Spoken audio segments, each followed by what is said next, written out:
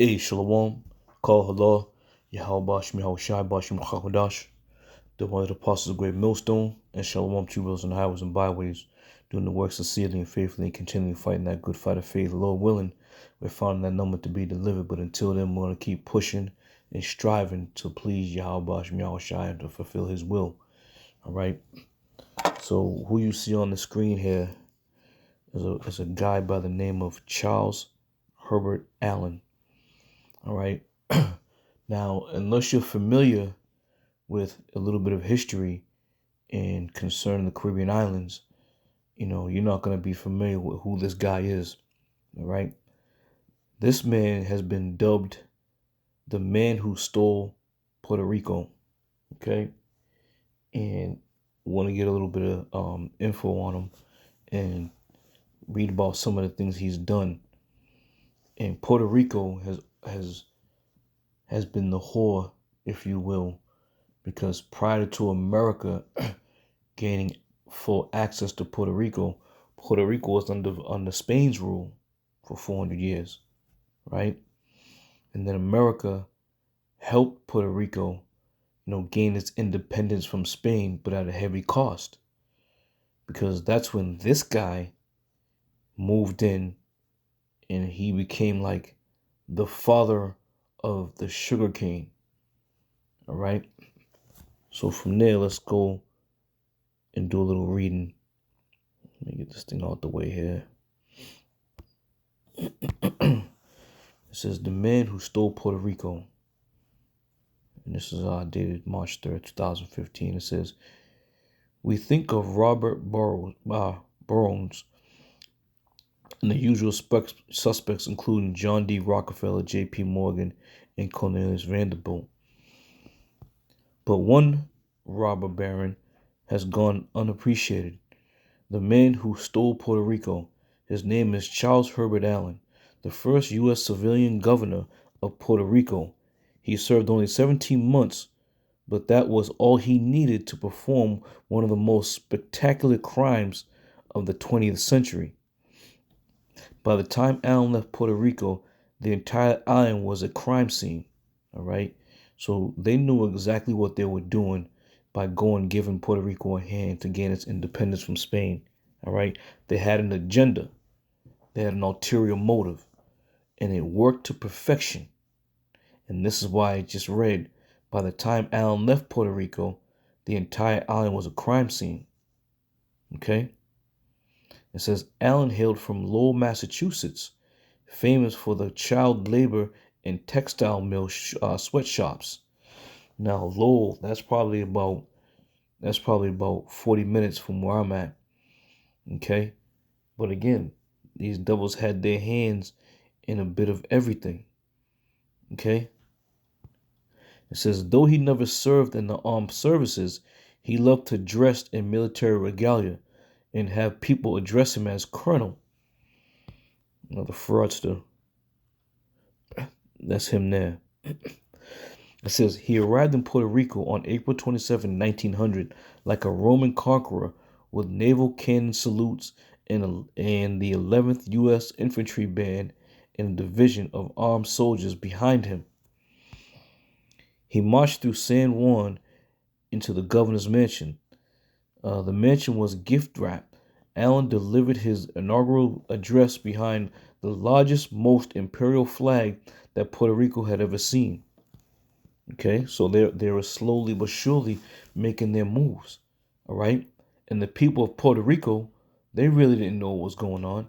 They just seen America swoop in, and bail them out of a situation, only to be, slammed right back into a situation of being under heavy bondage, if you will. Okay. It says it rained heavily that day, as if God were shedding tears over the island itself. Allen had been a congressman, a Navy bureaucrat, and a commissioner of the prisons for Massachusetts, but in Puerto Rico, he finally became a businessman. It said he raided the island's treasury by raising taxes, withholding municipal and agricultural loans, and freezing all building repairs in schools and construction funds. He subsidized U.S. owned farm syndicates and issued non bid contracts to U.S. businessmen for roads built at twice the old cost.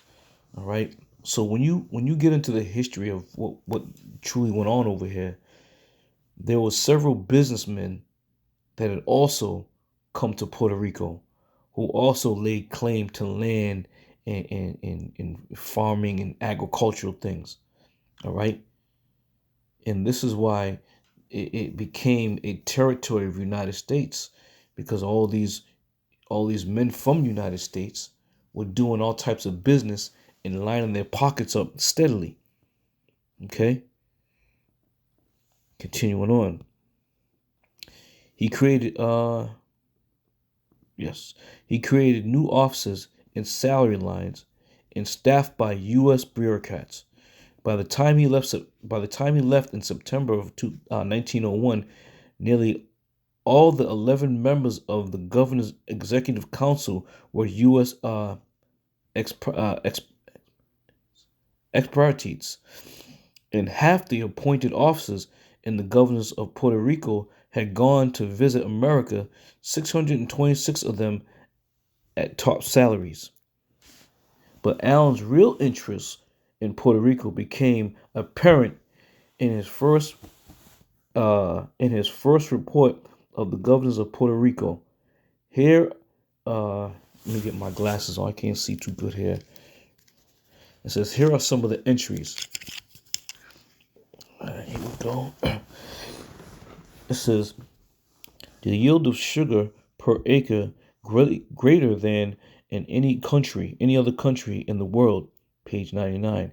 A large acreage of land which is now devoted to pasturage could be devoted to culture of sugarcane, page 39. Said molasses and rum and identical products of sugarcane are themselves sufficient to pay all expenses of the sugar planters, and leaves and returns from its sugars as pure cane. The cost of sugar production is $10 per ton cheaper than Java, $11 cheaper than Hawaii, $12 cheaper than Cuba, $17 cheaper than Egypt, $19 cheaper than British West Indies, and $47 cheaper than Louisiana and Texas. This was no mere first annual report.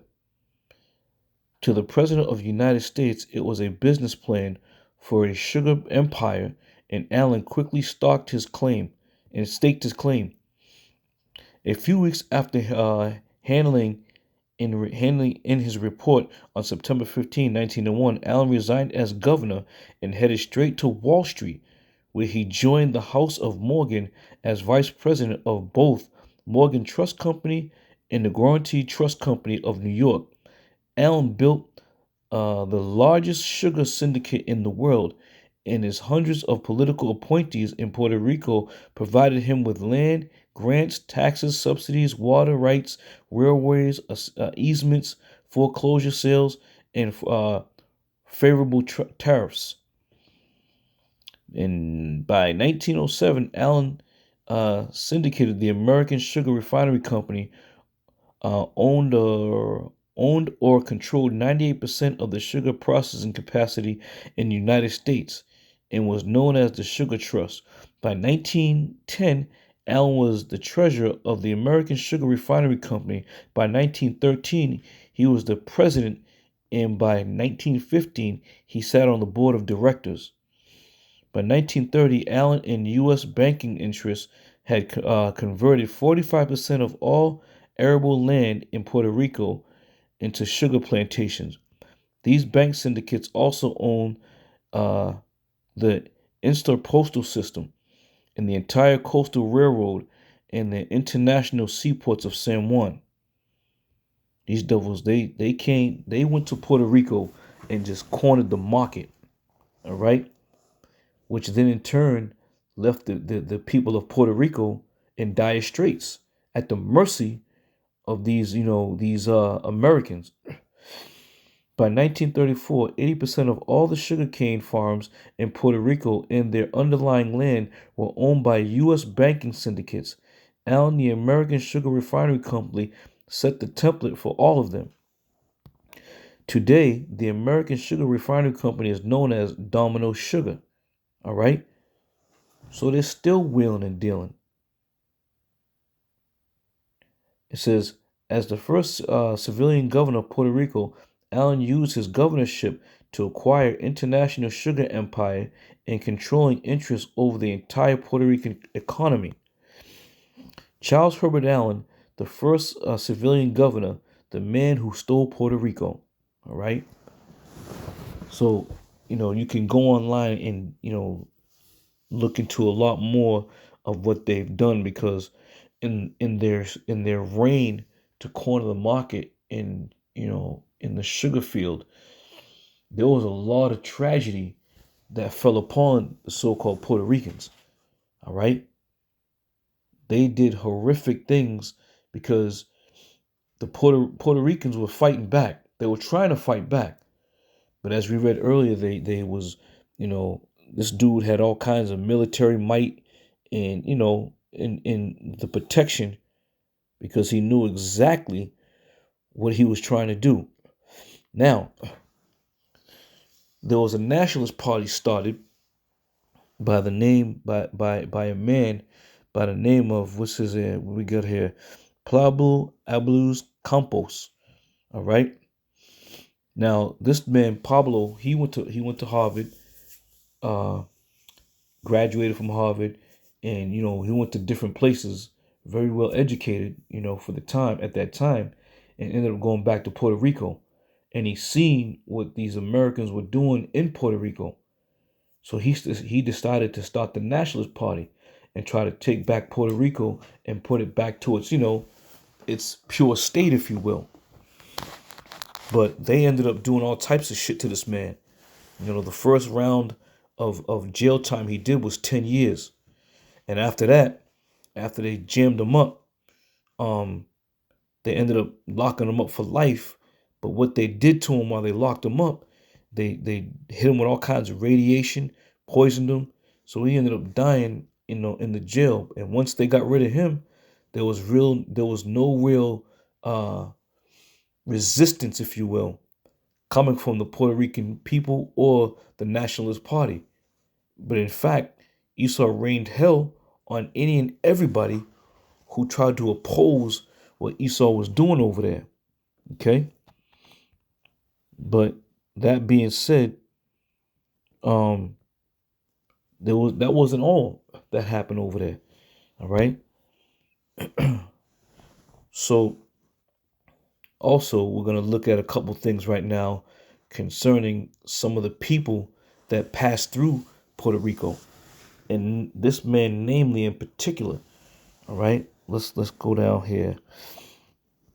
Let's go down here. This man here, his name was Dr. Cornelius Rhodes, and we're going to read a little bit about what he has done.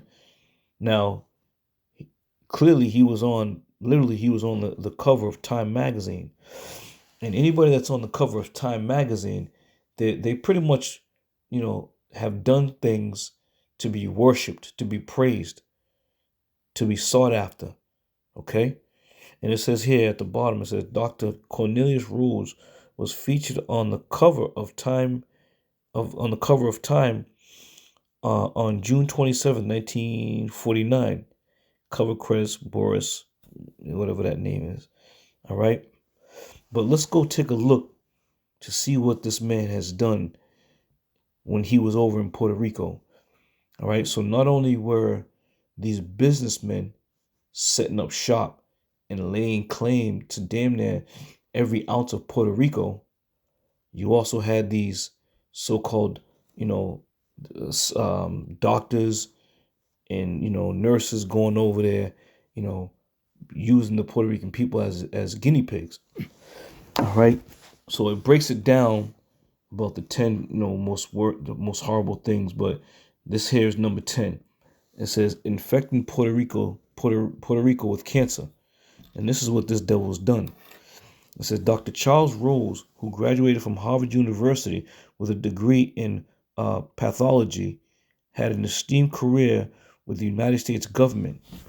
He established the U.S. Army Biological Warfare Facility in Panama, Utah, Maryland, so that the government could work on developing chemical weapons. Later, he was named the U.S. Atomic Energy Commission to study the effects of radiation. All right. Now, he also played a role in a lot of, poisoning of the Puerto Rican people. And he's going to give an account to some of the shit he has done. All right. When we talk about Puerto Rico, we bring out the basic. Puerto Rico is the port of riches, and Spain. It was under Spain's rule, and so on and so forth. But America has pretty much hid behind the curtain when it comes to what went on over in Puerto Rico. And again, they cornered the market. They went over there, slaughtered people, removed people, pushed people into straight poverty, only to set themselves up as the businessmen of Puerto Rico. And those businessmen, none of them spoke a lick of Spanish. So they didn't give a goddamn what was going on. Okay?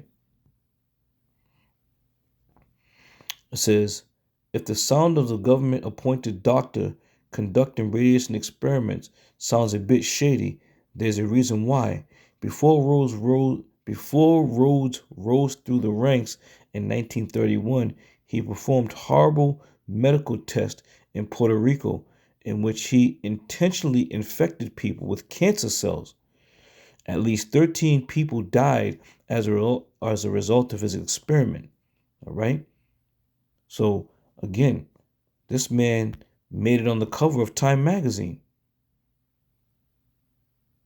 And they're still looking at his work as something, as something as, groundbreaking, working with radiation, how radiation affected the body. That was all experiments done on the Latinos over there. But do you think for 1 minute somebody's going to be like, oh, he did wrong? Absolutely not. Esau has gone through, every barren way, every dark place to pave a way, to bolster his name, to give him the credit that he was always seeking for, of being the father of this and the father of that. Okay? And they're not going to put down their own. They're not going to denounce their own. Let's continue on. It says, what's even more shocking, though, is the confession he wrote about his research, which mimics the horrible work done by German, Italian, and Japanese doctors during World War II. Puerto Ricans this is a quote from this devil, Puerto Ricans are the dirtiest, laziest, most degenerative, and thievish race of men ever to inhabit the sphere, meaning the earth. It says, I have done my best to further the process of extermination by killing off 8 and transplanting cancer into several more. All physicians take delight in the abuse and the torture of unfortunate subjects. All right? This is what this man has said.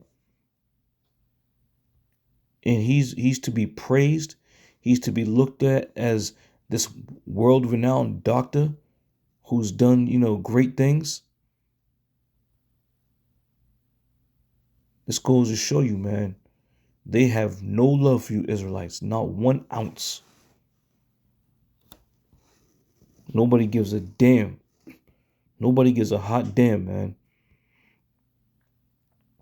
Let me see.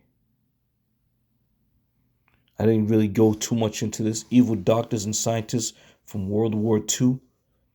Okay, but they're all the same. It's all the same, going down to some of the worst things that ever take place.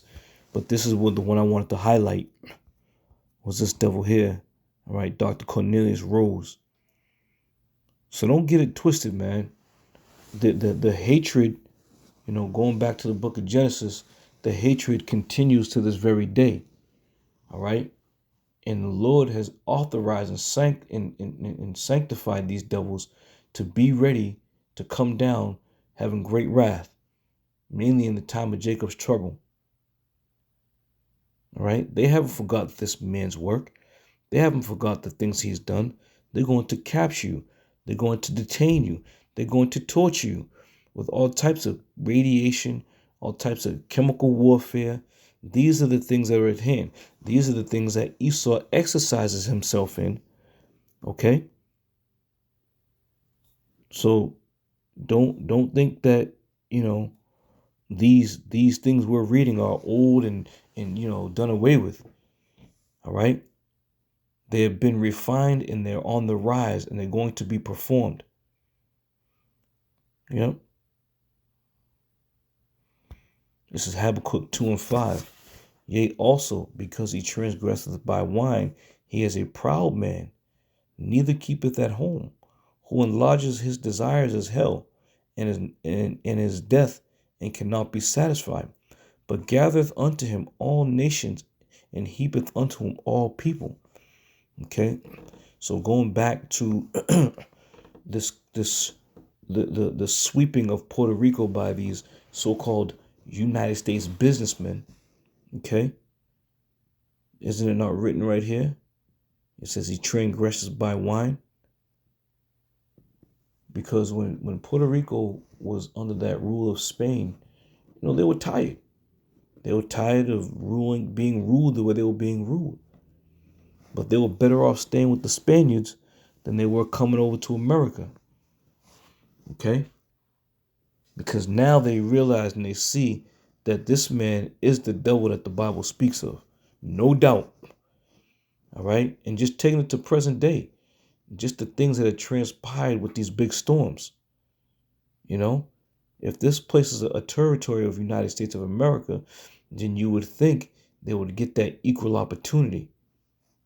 When that tsunami hit over there in Myanmar, and these tidal waves came from rushing all around the four corners of the earth, billions of dollars was automatically allocated to these countries. But the minute Puerto Rico gets hit, you on your own, man. You better be able to swim. Okay, y'all on that island over there. All right. But it says, he heapeth unto him, okay, all nations and all people. And this is exactly what they do. And this is what they have been doing. You go check out some videos, how America stole this, how America stole this land, how America stole that land. He's heaping to himself all nations and all lands and all peoples. And ultimately, the heaping of these people is going to be by means of the MOTB. All right? So be aware. Be aware. Psalms 55 and 21. It says, the words of his mouth were smoother than butter, but war was in his heart. He went over to Puerto Rico and told them Puerto Ricans, we're going to help get you out of this mess that you're in. We're going to see to it that you're back where you need to be. And before Esau went over there, Puerto Rico, at least the Spaniards gave Puerto Rico their own currency, let them rule the way they wanted to rule their land, with the exception of a few things. All right? But here in America, and what America has done, they eliminated the currency of Puerto Rico. They eliminated the spirit and the morale of the Puerto Rican people, laid heavy burdens on them. So much so, the burdens were laid so heavy that Esau put himself in a position where the Puerto Rican family had to really say, we need him. We have to wait on him for support. And this is how you do it. You divide and conquer. And Esau's great at dividing and conquering. He's great at it. Okay? And yet they were drawing swords. Okay? So after the dust had settled, when Esau finally got these people in the position that he wanted them in, he drew the sword out and then said, listen, you don't live the way we want you to live, you're gonna be put to death, man.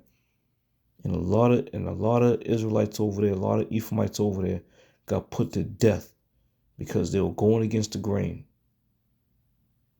Okay. All right, so I didn't want to do too much on that. I just wanted to bring that out concerning this devil here. Okay. He was a doctor that by his own admittance was looking to exterminate the so-called Puerto Ricans. And with that mindset, it got him a nice front page of Time Life magazine. You see that? So we ain't safe out here, man. We are not safe. It's going to be made more clearer to you people as each passing day goes by. All right? So with that, I'm going to end it there. Lord willing, I'll see you on another one. I say shalom.